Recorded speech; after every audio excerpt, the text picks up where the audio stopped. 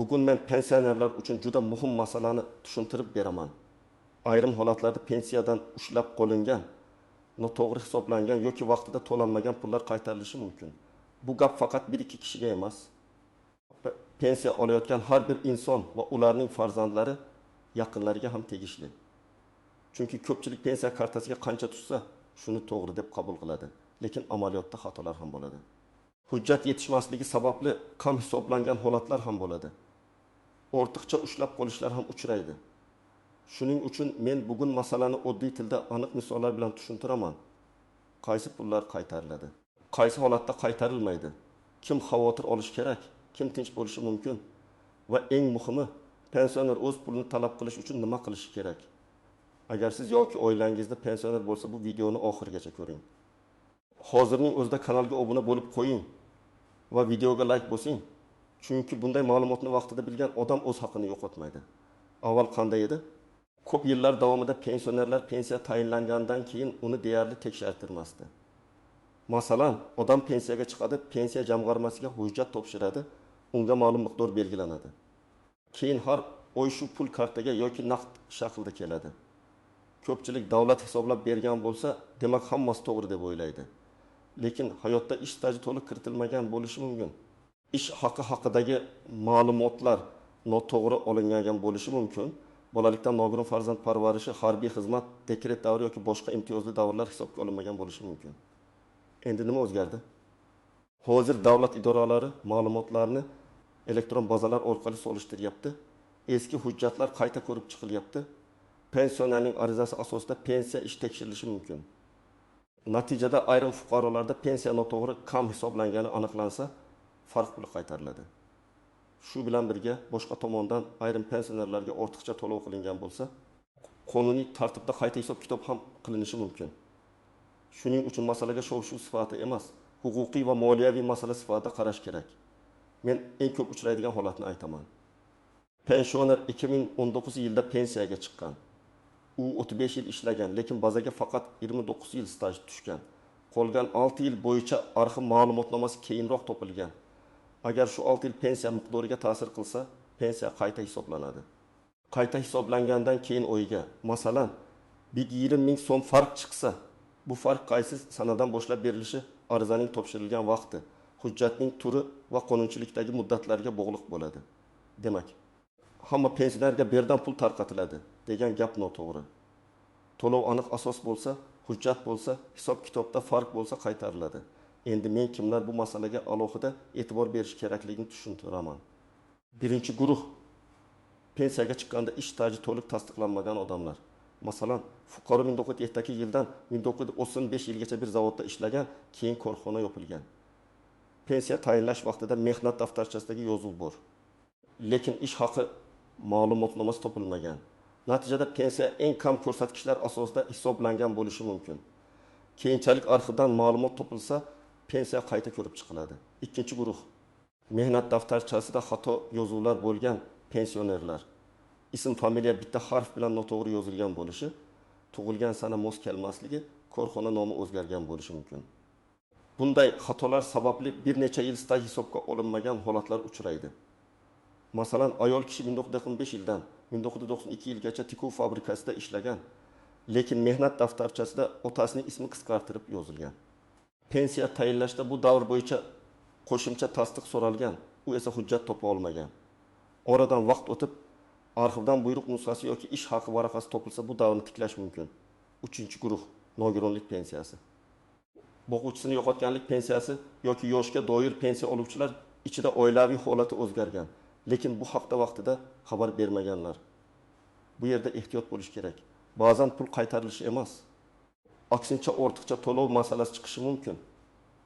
Masalan, boquvchisini yo'qotganlik pensiyasini olayotgan farzand o'qishni tugatgan, lekin idoraga bu haqda ma'lumot vaqtida berilmagan. Agar qonun bo'yicha pensiya to'xtashi kerak bo'lgan bo'lsa, ortiqcha to'langan summa keyin ushlab qolinishi mumkin. Shuning uchun men doim aytaman, pensiya turiga ta'sir qiladigan har qanday o'zgarishni yashirmaslik kerak. 4-guruh pensiyasidan majburiy ushlab qolish bo'layotgan pensionerlar. Masalan, aliment, kredit qarzi, ijro hujjati yoki oldingi ortiqcha to'lov sababli pensiyadan har oy ma'lum foiz ushlab qolinadi. Bu holatda pensioner e'tibor berishi kerak bo'lgan narsa ushlab qolish qonuniy hujjat asosidami? Miqdori to'g'rimi? Belgilangan chegaradan oshmaganmi? Misol uchun pensionerning pensiyasi 20 million 200 ming so'm. Har oy 600 ming so'm ushlab qolinayotgan bo'lsa, bu juda katta ulush. Bunday holatda ijro hujjati, qaror, ushlab qolish foizi va qolayotgan yashash mablag'i tekshirilishi kerak. Agar ortiqcha ushlab qolingan bo'lsa, farqni qaytarish masalasi ko'tariladi. 5-guruh pensiya miqdori so'nggi oshirilishlardan keyin ham o'zgarmagan yoki juda kam o'zgargan pensionerlar. Har safar pensiya va nafaqalar oshirilganda ayrim insonlar meniki nega kam oshdi deb hayron bo'ladi. Ba'zan bu to'g'ri bo'ladi. Chunki har bir pensiyaning tarkibi turlicha. Lekin ba'zan texnik xatolik, indeksatsiya noto'g'ri qo'llanishi yoki pensiya turiga doir noto'g'ri hisob bo'lishi mumkin. Masalan, bir pensionerning pensiyasi 20 million 460 ming so'm edi. Oshirilgandan keyin 20 million 5-6 ming so'm bo'ldi. Qo'shnisi esa 20 million 460 mingdan 20 million 360 mingga chiqdi. Bu darhol xato degani emas, lekin tekshirishga arziydi. Chunki qo'shimcha to'lovlar, ustamalar, ish staji, pensiya turi minimal miqdorga tenglashtirish kabi omillar farq qiladi. Endi aniq misollar bilan tushuntiraman. Birinchi misol, Hasan aka 63 yoshda 40 yil ishlagan, lekin pensiya tayinlanganda 32 yil staj hisoblangan. Sababi 8 yil ishlagan, kichik korxona tugatilgan va hujjatlari arxivga topshirilmagan deb o'ylangan. Hasan akaning farzandi tuman arxiviga, keyin viloyat arxiviga murojaat qiladi. Oxiri eski buyruqlar va ish haqi ma'lumotlari topiladi. Natijada pensiya qayta hisoblanadi. Agar har oy 1.1 ming so'm kam to'langani aniqlansa, tegishli tartibda farq puli hisoblanadi. Bu pul birdaniga katta summa bo'lib chiqishi mumkin. Masalan, bir yil uchun 2 million 160 ming so'm. Ikkinchi misol. Muhabbat opa pensiyaga chiqqanda farzand parvarishi davrining bir qismi hisobga olinmagan. U 3 farzandni tarbiyalagan, lekin hujjatlarni topshirishda faqat 2 farzandning tug'ilganlik guvohnomasi nusxasi berilgan. Keyin 3-farzand bo'yicha hujjat topiladi. Bu holat pensiya hisobiga ta'sir qilishi mumkin. Hamma holatda ham katta summa chiqmaydi. Lekin ayrim vaziyatlarda oylik pensiya miqdori oshadi va oldingi davr bo'yicha farq masalasi ko'riladi. 3-misol, Sobir aka pensiyasidan har oy 25% ushlab qolinyapti. U buni bank krediti uchun deb o'ylaydi. Lekin aslida ijro byurosidan kelgan hujjat bo'yicha eski qarz yopilingan bo'lishi mumkin. Agar qarz allaqachon to'langan bo'lsa, lekin ushlab qolish davom etayotgan bo'lsa, ortiqcha ushlangan pullar qaytarilishi kerak. Buning uchun bankdan to'lovlar tarixi, ijro organidan to'lovlik holati, ijro organidan qarzdorlik holati, pensiya jamg'armasidan qolishla olinadi. Shunchaki og'zaki mendan ko'p ushlashyapti deyish yetmaydi. Hujjat bilan borish kerak. 4-misol. Bir pensionerning kartasiga pensiya bir necha oy kechikib tushgan yoki to'liq tushmagan. Ba'zan bu bank kartasi muddat tugagani, karta bloklangani, pensioner boshqa hududga ko'chgani, yashash joyi bo'yicha ma'lumot yangilanmagani sababli bo'ladi. Agar pensiya tayinlangan bo'lsa-yu, texnik sabab bilan olinmagan bo'lsa, to'lanmagan oylar bo'yicha pul keyin beriladi. Lekin pensioner uzoq muddat chet elda bo'lgan, yashash holati tasdiqlanmagan yoki talab qilingan tekshiruvdan o'tmagan bo'lsa, unda alohida tartib qo'llanadi. Endi istisnolar va ko'pchilik bilmaydigan nozik joylarni tushuntiraman. Birinchi nozik masala. Har qanday kam oldim degan holat avtomatik qaytariladigan pul degani emas. Pensiya hisoblashda qonunda belgilangan formula, minimal va maksimal chegaralar, ish staji, o'rtacha ish haqi, ustamalar va qo'shimcha to'lovlar hisobga olinadi. Shuning uchun ikki odam bir xil yoshda bo'lsa ham pensiyasi bir xil bo'lishi shart emas. Biri yuqori maosh olgan, biri past maosh olgan, biri rasmiy ishlagan, biri norasmiy ishlagan bo'lishi mumkin. Ikkinchi nozik masala, rasmiy hujjatsiz davrni shunchaki guvohlar bilan tasdiqlash har doim ham oson emas. Ba'zi odamlar men falon joyda ishlaganman, hamma biladi deydi. Lekin pensiya hisobida asosiy kuch hujjatda bo'ladi. Mehnat daftarchasi, ishga qabul qilish buyrug'i, ishdan bo'shatish buyrug'i, ish haqi ma'lumotnomasi, arxiv ma'lumotnomasi, soliq yoki ijtimoiy to'lovlar bo'yicha yozuvlar. Guvohlarning ko'rsatmasi ayrim holatlarda yordam berishi mumkin. Lekin u hujjat o'rnini har doim to'liq bosmaydi. 3-nozik masala, ortiqcha to'lovlar. Odamlar ko'pincha pensionerlarga pul qaytariladi degan gapni eshitib xursand bo'ladi. Lekin men ekspert sifatida ogohlantiraman. Tekshiruv vaqtida ortiqcha to'langan summa ham aniqlanishi mumkin. Masalan, Pensioner bir vaqtning o'zida ikki turdagi to'lovni qonunga zid ravishda olgan bo'lishi, nogironlik guruhi o'zgargani haqida ma'lumot vaqtida kiritilmagan bo'lishi, o'quvchisini yo'qotganlik pensiyasi uchun o'qish ma'lumotnomasi muddati tugagan bo'lishi mumkin. Bunday holatda davlat organi ortiqcha to'langan pulni qaytarishni talab qilishi mumkin. 4-nozik masala. Bank kartasidagi ushlab qolish bilan pensiya organidagi ushlab qolishni adashtirmaslik kerak. Ba'zan pensioner pensiyamdan pul kesildi deydi. Lekin tekshirsa bu bank xizmat haqi kredit bo'yicha avtomatik yechim, karta qarzdorligi yoki mobil ilova orqali ulangan to'lov bo'lib chiqadi. Pensiya jamg'armasi sizga to'liq pul o'tkazgan bo'lishi mumkin. Lekin bank ichida boshqa majburiyatlar yechilgan bo'ladi. Shuning uchun avval bankdan ko'chirma olish kerak. Ko'chirmada pul qachon tushgani, qayerga yechilgani aniq ko'rinadi. 5-nozik masala muddat. Ba'zi talablar bo'yicha pul ariza topshirilgan kundan, ba'zilari huquq paydo bo'lgan kundan, ba'zilari esa hujjat taqdim etilgan vaqtdan boshlab hisoblanadi. Shu sababli men 5 yil oldin kam olganman. Hammasini qaytarib bering degan talab har doim ham to'liq qanoatlantirilmasligi mumkin. Lekin bu degani umuman murojaat qilmaslik kerak degani emas. Aksincha qancha ariza bersangiz, huquqingizni shuncha tez himoya qilasiz. 6-nozik masala og'zaki javob bilan to'xtab qolmaslik. Men amaliyotda ko'p ko'rganman. Pensioner idoraga boradi. Oynadagi xodim sizga hech narsa chiqmaydi deydi. Odam qaytib ketadi. Bu noto'g'ri yo'l. Agar sizda asos bo'lsa, yozma ariza qoldiring. Yozma arizaga yozma javob bo'lishi kerak. Yozma javobda rad etish sababi ko'rsatiladi. Ana shundan keyin siz yuqori turuvchi tashkilotga yoki sudga murojaat qilish masalasini ko'rib chiqasiz. Og'zaki gap esa ertaga isbot bo'lmaydi.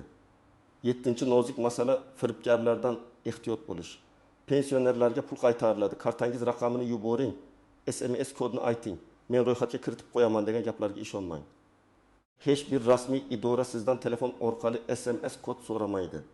Hech kim sizning plastik kartangiz paroli yoki mobil bank tasdiqlash kodini bilishi shart emas. Agar kimdir oldindan 7 ming so'm to'lan, keyin sizga 3 million qaytarib beramiz desa, bu juda xavfli signal. Rasmiy murojaat davlat xizmatlari markazi, pensiya jamg'armasi, mahalla, bank yoki tegishli idoralarning qonuniy kanallari orqali bo'ladi. Endi eng muhim qismga o'tamiz. Pensioner nima qilishi kerak? Men buni bosqichma-bosqich aytaman. Birinchi qadam, pensiya miqdorini va to'lov tarixini aniqlang. Buning uchun bankdan oxirgi 6 oy yoki 22 oy bo'yicha karta ko'chirmasini oling. Agar pensiya naqd olingan bo'lsa, to'lov qaydlarini aniqlang. Kartaga tushgan summa bilan qo'lga qolgan summa farq qilsa, qayerga yechilganini ko'ring. Masalan, 1 million 800 ming so'm pensiya tushgan, lekin shu kuni 300 ming so'm kreditga yechilgan bo'lsa, bu pensiya kam hisoblangan degani emas. Bu bank majburiyati bo'lishi mumkin. Ikkinchi qadam. Pensiya jamg'armasining tuman yoki shahar bo'limiga murojaat qiling. U yerda pensiya ishingiz bo'yicha ma'lumot so'rang. Siz mening pensiyam qaysi ish staji va qaysi ish haqi ma'lumotlari asosida hisoblanganini tushuntirib berishingizni so'rayman deb ariza yozishingiz mumkin.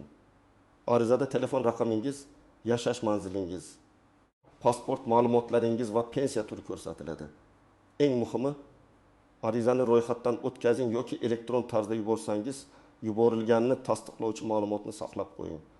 3-qadam, hujjatlaringizni yig'ing.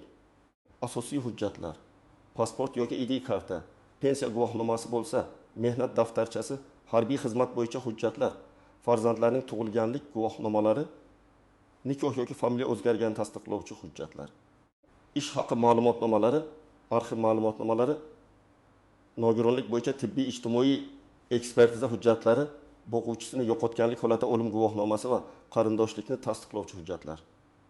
Qaysi hujjat kerakligi pensiya turiga bog'liq. 4-qadam, agar staj yetishmayotgan bo'lsa, arxivga murojaat qiling. Korxona tugatilgan bo'lsa, uning hujjatlari qayerga topshirilganini aniqlash kerak. Tuman arxivi, viloyat arxivi yoki tegishli vazirlik tizimidagi arxivda ma'lumot bo'lishi mumkin. Arizada ishlagan korxona nomi, taxminiy ish davri, lavozim, bo'lim, o'sha vaqtdagi familiya, ism va otasining ismi to'liq yoziladi.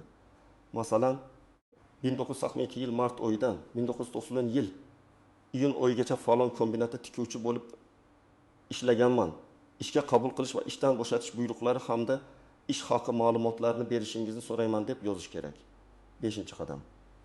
Ushlab qolish bo'lsa, asosini talab qiling. Pensiyadan pul ushlanayotgan bo'lsa, qaysi hujjat asosida, qaysi qarz bo'yicha, qaysi sanadan boshlab qancha miqdorda ushlab qolinmoqda deb yozma ma'lumot so'rang. Agar ijro hujjati bo'lsa, majburiy ijro byurosidan qarzdorlik qoldig'i haqida ma'lumot oling. Agar kredit bo'lsa, bankdan kredit shartnomasi, to'lov jadvali va amalda yechilgan pullar ko'chirmasini oling. Shundan keyin ortiqcha ushlab qolish bor yo'qligi aniq bo'ladi. 6-qadam, arizada talabni aniq yozing. Menga pul bering deb umumiy yozishdan ko'ra, pensiyamni qayta hisoblab berishingizni. Hisob kitobda kam to'langan summa aniqlansa, qonuniy tartibda to'lab berishingizni so'rayman deb yozish to'g'riroq. Agar aniq davrini bilsangiz, uni ko'rsating. Masalan, 2021 yil yanvar oyidan 2024 yil mart oyigacha pensiyamdan ushlab qolingan summalar bo'yicha asos va hisob kitob nusxasini taqdim etishingizni so'rayman deb yozing. 7-qadam, javobni kuting, lekin nazorat qiling. Davlat organlari murojaatni belgilangan muddatda ko'rib chiqishi kerak. Agar javob kechiksa, qayta eslatma bering yoki yuqori tashkilotga murojaat qiling. Javob kelganda uni diqqat bilan o'qing. Agar rad etildi deyilsa, sababini ko'ring. Sabab hujjat yetishmasligi bo'lsa, hujjatni topishga harakat qiling. Sabab qonuniy asos bo'lsa, mutaxassisdan maslahat oling. Sabab noaniq yozilgan bo'lsa, batafsil tushuntirish so'rang. 8-qadam kerak bo'lsa, yuqori tashkilot yoki sudga murojaat qiling. Men har doim avval idora ichida masalani hujjat bilan hal qilishni maslahat beraman. Lekin pensionerning aniq huquqi buzilgan bo'lsa, yozma rad javobi bo'lsa, hujjatlar yetarli bo'lsa, sud tartibida ham talab qilish mumkin. Bunday vaziyatda yurist yoki advokat bilan maslahatlashish foydali. Ayniqsa katta summa, uzoq yillar, murakkab staj yoki arxiv hujjatlari bo'lsa, professional yondashuv kerak bo'ladi. Men yana bir amaliy maslahat beraman. Pensionerning farzandlari bu ishda yordam bersin. Katta yoshdagi odam idoraga borib kelishi, ariza yozishi, arxiv izlashda qiynalishi mumkin. Farzandlari pasport nusxasi, ishonchnoma yoki qonuniy vakillik asosida yordam berishi mumkin. Lekin hamma ish pensionerning roziligi bilan qilinishi kerak. Ayniqsa bank kartasi, SMS kodlar, mobil ilovalar masalasida ehtiyotkorlik juda muhim. Yana bir muhim narsa. Har bir hujjatdan nusxa olib qo'ying. Ariza topshirsangiz, nusxasiga qabul qilingan sana va raqam qo'ydiring. Elektron murojaat yuborsangiz, murojaat raqamini saqlang. Bank ko'chirmasini, ijro qarorini, arxiv javobini alohida papkaga joylang. Chunki pensiya masalasi ko'pincha bir kunda hal bo'lmaydi. Hujjatlar tartibli bo'lsa, sizning dalilingiz kuchli bo'ladi. Demak, pensionerlarga pullar qaytarilishi mumkin. Lekin bu hamma uchun avtomatik tarqatiladigan pul emas. Pul qaytishi uchun aniq sabab bo'lishi kerak. Pensiya kam hisoblangan bo'lishi, staj yoki ish haqi noto'g'ri kiritilgan bo'lishi, ushlab qolish ortiqcha amalga oshirilgan bo'lishi yoki to'lov texnik sabab bilan vaqtida berilmagan bo'lishi kerak. Eng to'g'ri yo'l bank ko'chirmasini olish, pensiya jamg'armasiga yozma murojaat qilish, hujjatlarni yig'ish, arxivni tekshirish va barcha javoblarni yozma shaklda olish. Men sizga shuni maslahat beraman. Pensiya masalasini shunday bo'lsa kerak deb tashlab qo'ymang. Har oy kelayotgan pul sizning ko'p yillik mehnatingiz, qonuniy haqqingiz. Agar hisobda xato bo'lsa, uni tuzatish mumkin. Agar hammasi to'g'ri bo'lsa, hech bo'lmasa ko'nglingiz xotirjam bo'ladi. Sizning oilangizda pensiya miqdori bo'yicha tushunarsiz holat bo'lganmi? Pensiyadan pul ushlab qolinganmi yoki staj hisobga olinmaganmi? Izohlarda yozib qoldiring. Men keyingi videolarda eng ko'p uchrayotgan savollarni alohida tushuntirib beraman. Videoga like bosing.